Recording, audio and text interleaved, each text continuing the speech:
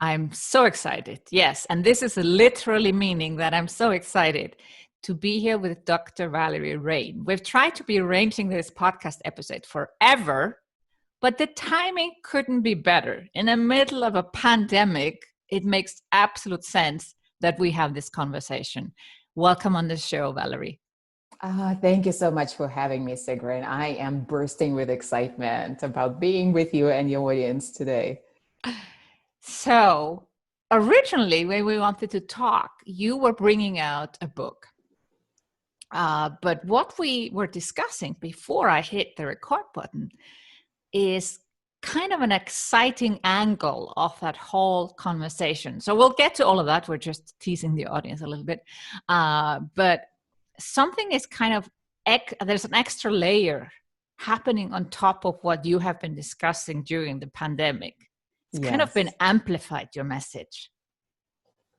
It sure has. It sure has. So before we go to the book and all of that, tell us a little bit about your journey, how you came to actually wanting to write that book. So before we talk about the book itself. I never wanted to write this book. In fact, every day that I was writing the book, working on the book, I almost didn't do it. And it will make more sense when the listeners find out what that whole thing is about. My journey began by realizing when I was a little girl that somehow I am often feeling that something's wrong with me. I am too loud. Don't be so loud. Boys are not going to like you. No one would want to marry you. Don't be so smart. People don't like it when you're showing off. Don't wear this. You look too this or too that, or don't eat that, you'll get fat, etc.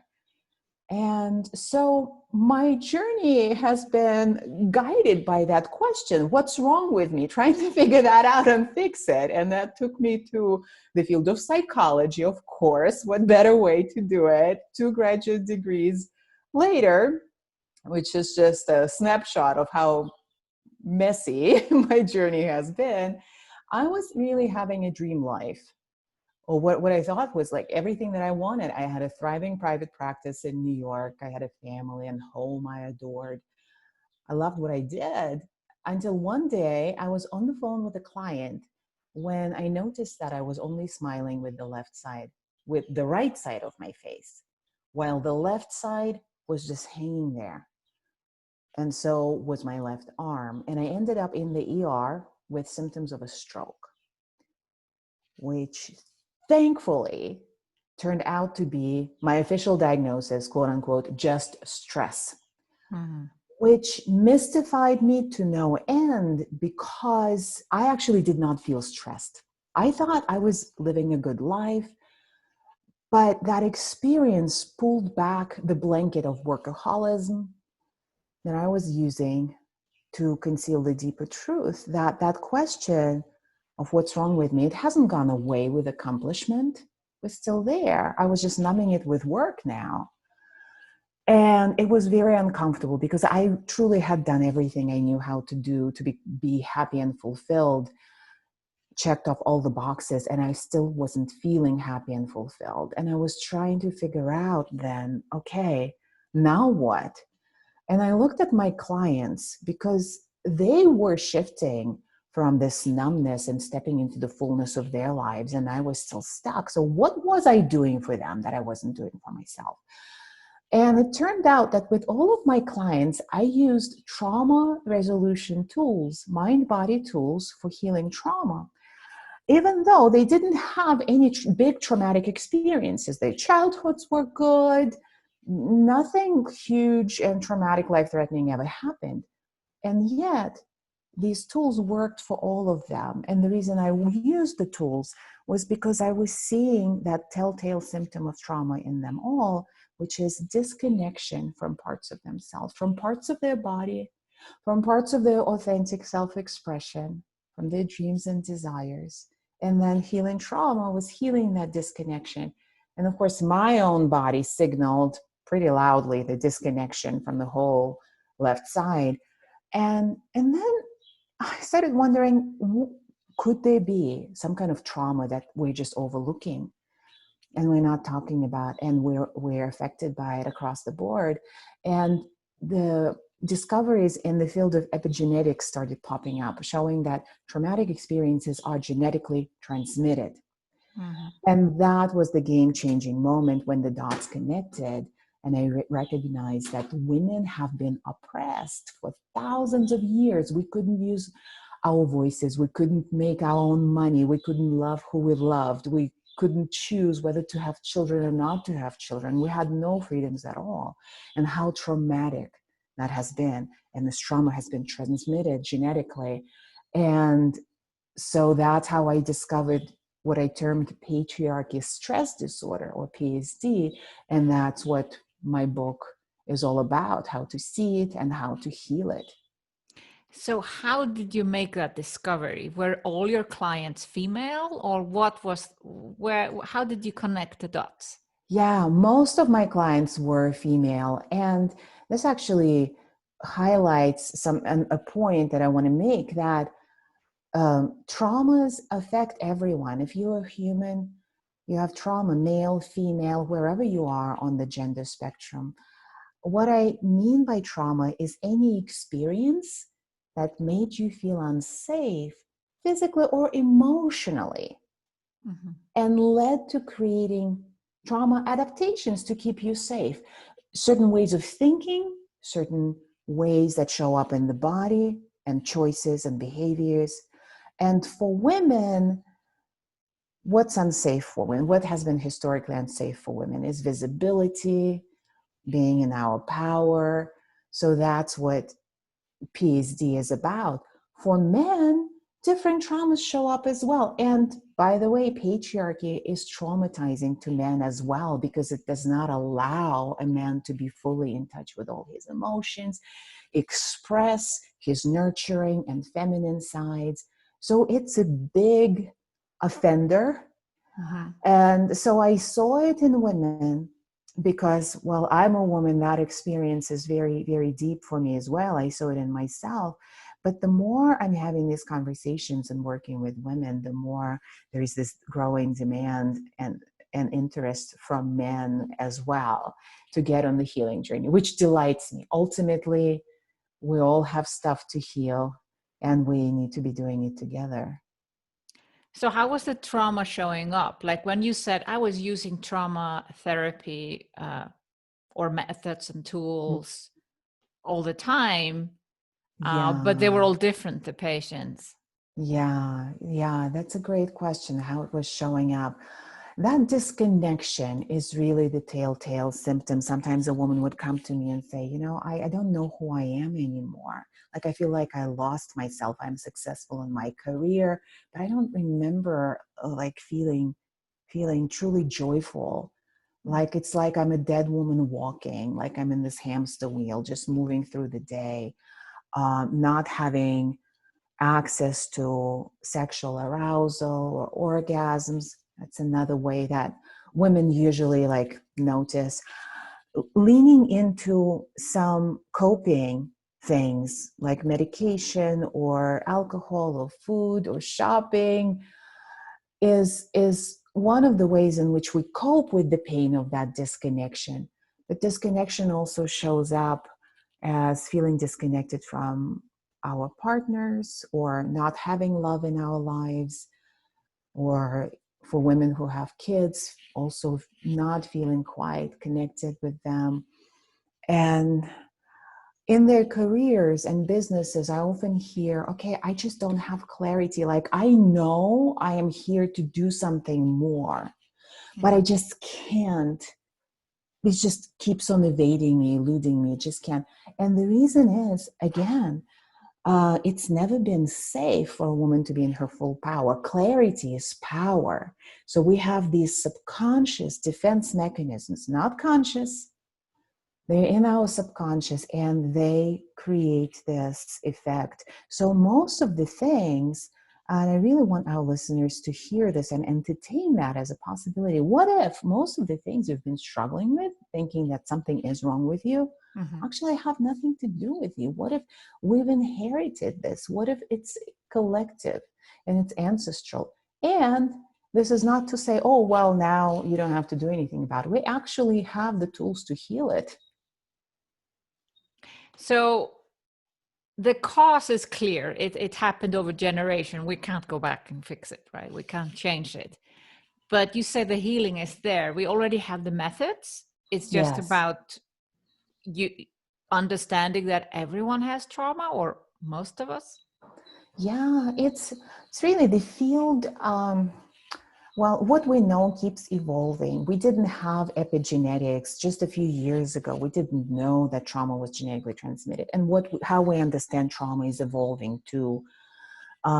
So, what I'm asking people to get curious about, inviting people to get curious about, do you have some areas where you feel a little disconnected, like from your full authentic expression?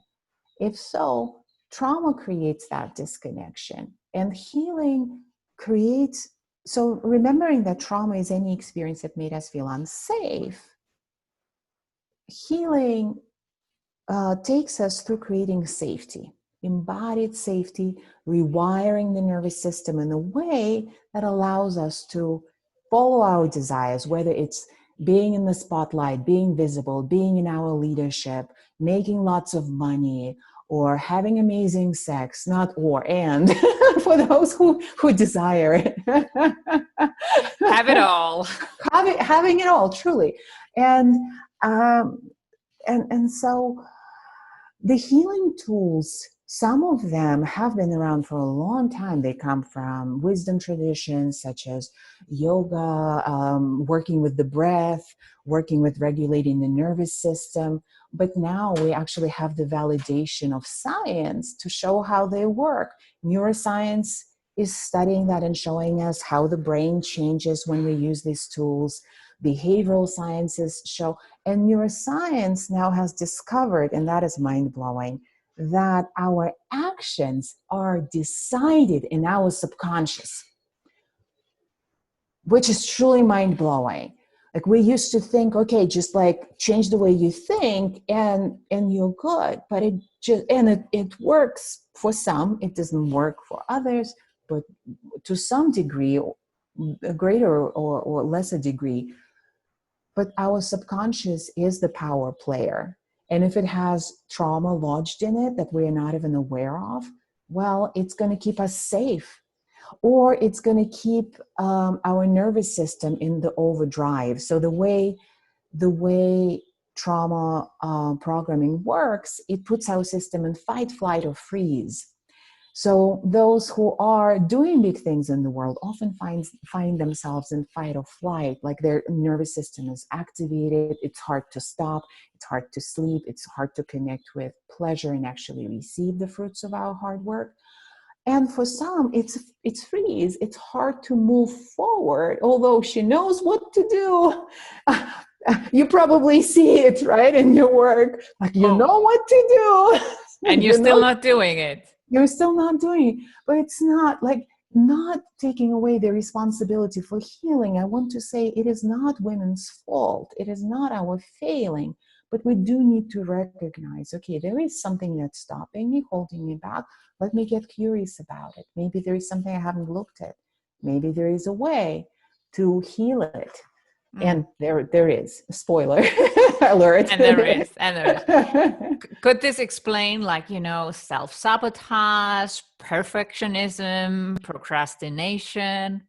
Yes, all of the above, and what Gay Hendricks termed the upper limit problem, because it's not safe, right? Our nervous system goes, you're going to get killed. You're going to get burned at the stake. You're going to lose your marriage. Men don't like women who are in their power. It's not conscious. We don't go around thinking that way.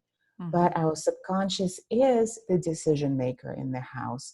And we can see it by the outcomes. Well, are you actually achieving your goals? And are they authentic goals?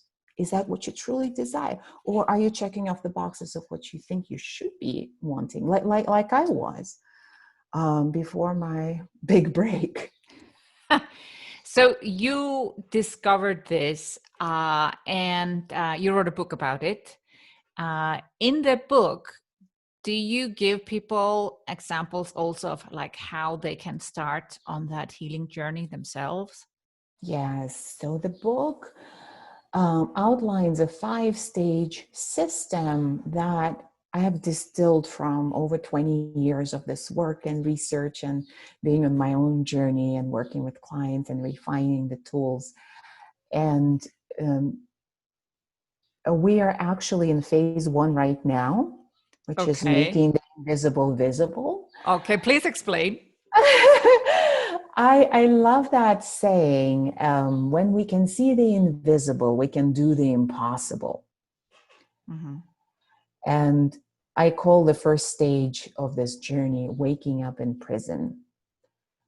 I refer to the traumas in our subconscious as the invisible in the prison because they operate by keeping us safe, by holding us back. And when we start to recognize, oh, wait a second, it's not me who is failing. These are traumas that are collective, they are generational, inherited. And I've also experienced some stuff in my life where I didn't feel safe. Maybe in kindergarten you were sharing on show and tell and somebody laughed and you just were embarrassed, and then you have a fear of public speaking now and you didn't even connect the dots. And it doesn't matter if you connected the dots or not, that lives in the body. And so in the first stage we discover how it lives in the body, how it shows up, and that it and how it's actually not you, because it gives us leverage. If we think it's us, what are we going to do? It's just me. I suck at this. I am a fearful person, or I'm not cut out for this online entrepreneurship, right? When we understand it's not me, it's something I can do, okay, it's leverage. And then we're going to look at what I call prison guards. These are the trauma adaptations that develop to keep us safe, but they're not appropriate for the current time. You are not going to get killed for speaking, thankfully, like not in the cultures that where we're fortunate to be living and working. It's actually the opposite is true. Those trauma adaptations, those prison guards are costing you big time. They're costing you big money. They're costing you big opportunities. So what we do, we identify how they show up as the inner critic, the imposter syndrome, all that self-talk and stories, how they show up in the body. Oh my gosh, like every time before a speaking opportunity, I lose my voice. Well, it's a prison guard. Or my immunity is down. It all comes from inflammation that comes from activation of the nervous system, which comes from us feeling unsafe. So we recognize these prison guards, and then we actually, in the next phase, we evolve them to our bodyguards. So we can be safe on the journey toward our dreams and desires. And then for those who desire to go deeper, we dig the tunnel, dig the tunnel out of the prison by uncovering and healing deeper traumas. And then the final stage is very interesting because you would think like, okay, I'm out of prison. I am good now. What happens, and I'm discovering it in my life right now, and many of my clients are as well, when we actually get what we authentically desire, it's not that easy to receive and allow all that recognition and money and feeling good. So the self-sabotage then looks like, okay, still working very hard and grinding and not taking pleasure in things, or sabotaging big opportunities because that wound, although we are out of prison, but the wound of being worth less than men is very big. It's very significant and takes a while to heal. And in my experience, healing is gradually, layer by layer. You get results with each layer healed, but it's probably a lifelong journey. Like I've on this journey, and with each moment when I receive more, I know that it's crucial to integrate and allow, so that it feels safe to be seen on a new level, to be wealthy on a new level, to feel good on a new level, fit on a new level, whatever that is, so that we can actually keep on expanding. So that's the trajectory that I'm on, my clients are on. And I truly feel that by being on this journey, we are changing the world, because how we show up changes. Mm-hmm. And then it has ripple effects onto our teams, our families, our missions. And many of us actually, those who are in the business of working with others, may notice that people self-sabotage when we give them the good things that we teach, and they don't implement, or they underperform. And so I'm seeing my clients also use what they've learned by doing this work, reading the book, going through my programs. They then take it into their work, and they also help their clients make those shifts, which is, for me, this is like, okay, this is how we're changing the world. That's how you can have a bigger impact. Yeah. Yeah. But you told me something interesting before we started our conversation today. You are seeing hidden trauma come up more because now we have a global Yeah. trauma going on. Well, it's Mm-hmm. kind of being created in front of our eyes. Like we can feel it ourselves. Every single person in the world is affected, Yeah. and some are dealing better with it than others. What is coming up for your clients, and why do you say that this is the best time to heal your trauma? I'm so glad we're going there. I want to validate for those who are waking up and feeling like, just contracted and heavy and having anxiety. I know so many women right now, and many of them are therapists, who are like, went on anxiety medication right now to help themselves cope. And there is nothing wrong with it. Mm. And also there is an opportunity to recognize that the reason why maybe you're not using this quarantine time to learn Chinese or painting is because collective and generational traumas are activated big time. If you think about generations of your ancestors before you, they have lived through pandemics, they have lived through wars, they have lived through deprivation, loss, persecution. And so our genetic memories are coming up and put our system in fight, flight, freeze 24/7. And then when we sleep, our subconscious actually is open and connected with the collective subconscious. And the collective is live streaming to our personal. And so we wake up, I hear it from my clients and I experience it myself, that heaviness. And especially women who are in the spotlight, who are leaders, there's also a lot of, and empaths, there's a lot that we take on from that collective suffering. Mm. And so it's important to recognize, first of all, like if you're dragging, it's not you. And there are things that, even asking the question, how, just dropping it into your kind of subconscious mind, not trying to figure it out consciously. How much of what I'm feeling is mine and how much of it is collective, right? That alone can already allow you to start shifting. Okay. And then there are some specific practices that we've actually developed now during this time of quarantine, because I was feeling it. I'm like, I need something to do in the morning. So I release it, Mm-hmm. and I can start my day in a new way.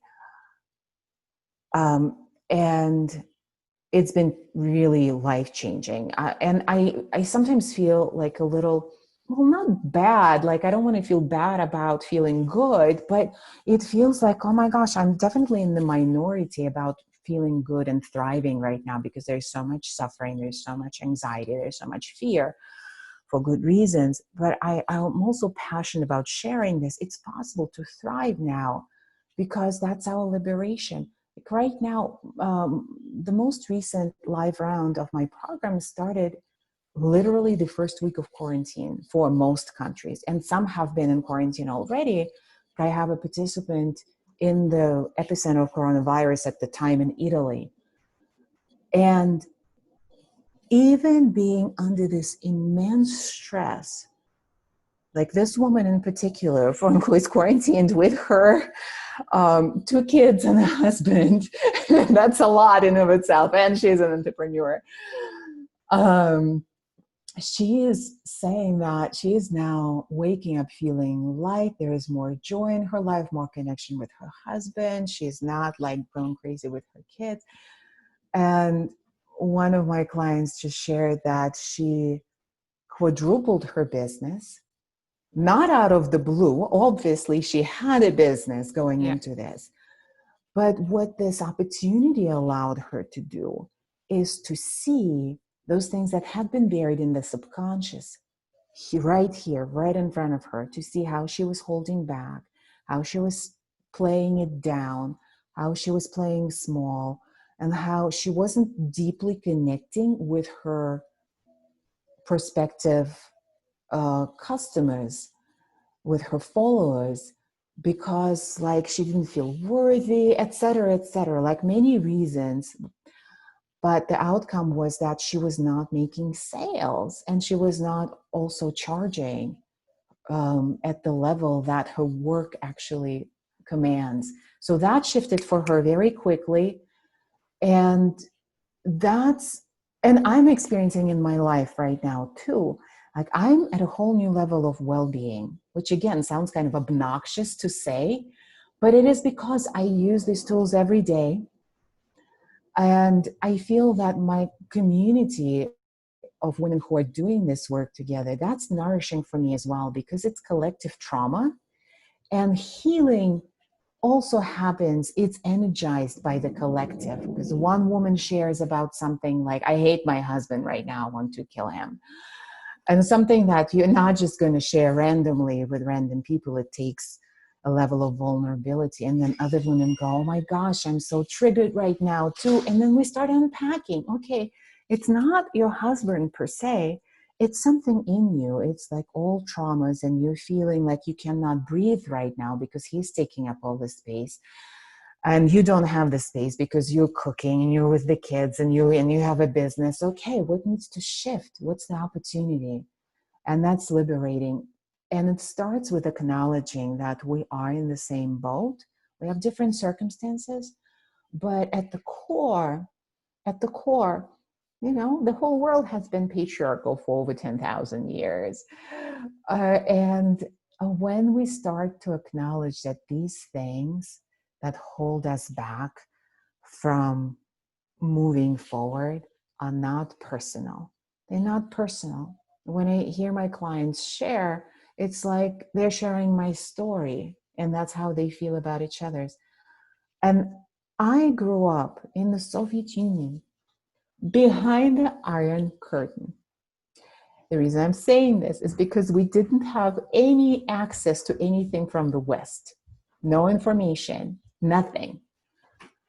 And yet I received the same messages growing up from my mother as my clients who grew up in Australia and Canada and London and Holland, etc. Just like it tells us something. So coming out of these silos of silence, that's another factor. Things that we used to tolerate okay before this pandemic have become intolerable, and that's an opportunity. Don't just try to suppress it with pills and wine and Netflixing. I mean, use it to the degree that it serves you, but also recognize that because they're intolerable now, it's your golden opportunity to shift and heal. I like that. So something that you may have known about before, now you're kind of not accepting it about yourself Yeah. anymore. Yeah. And to me, this is like, it's rough. Like when I woke up in that emergency room after all these scans, I'm like, shit, what else? What else? You know, I've done everything. It's a rude awakening, but it's also very liberating because like all of a sudden, okay, there is nowhere else to look. We're quarantined, we're on the lockdown. Let's look within, let's unpack things, let's dig for treasures and emerge stronger in a new level of thriving from this. Mm. You said, something is coming up for people like, feeling stressed, anxiety, maybe not sleeping well. Do you have any tips? You said, when you wake up, you do an exercise. Is there a tip for my listeners? Yeah, would you like me to share this exercise? It will take 2 to 3 minutes. I'll Mm-hmm. try to move quickly through this.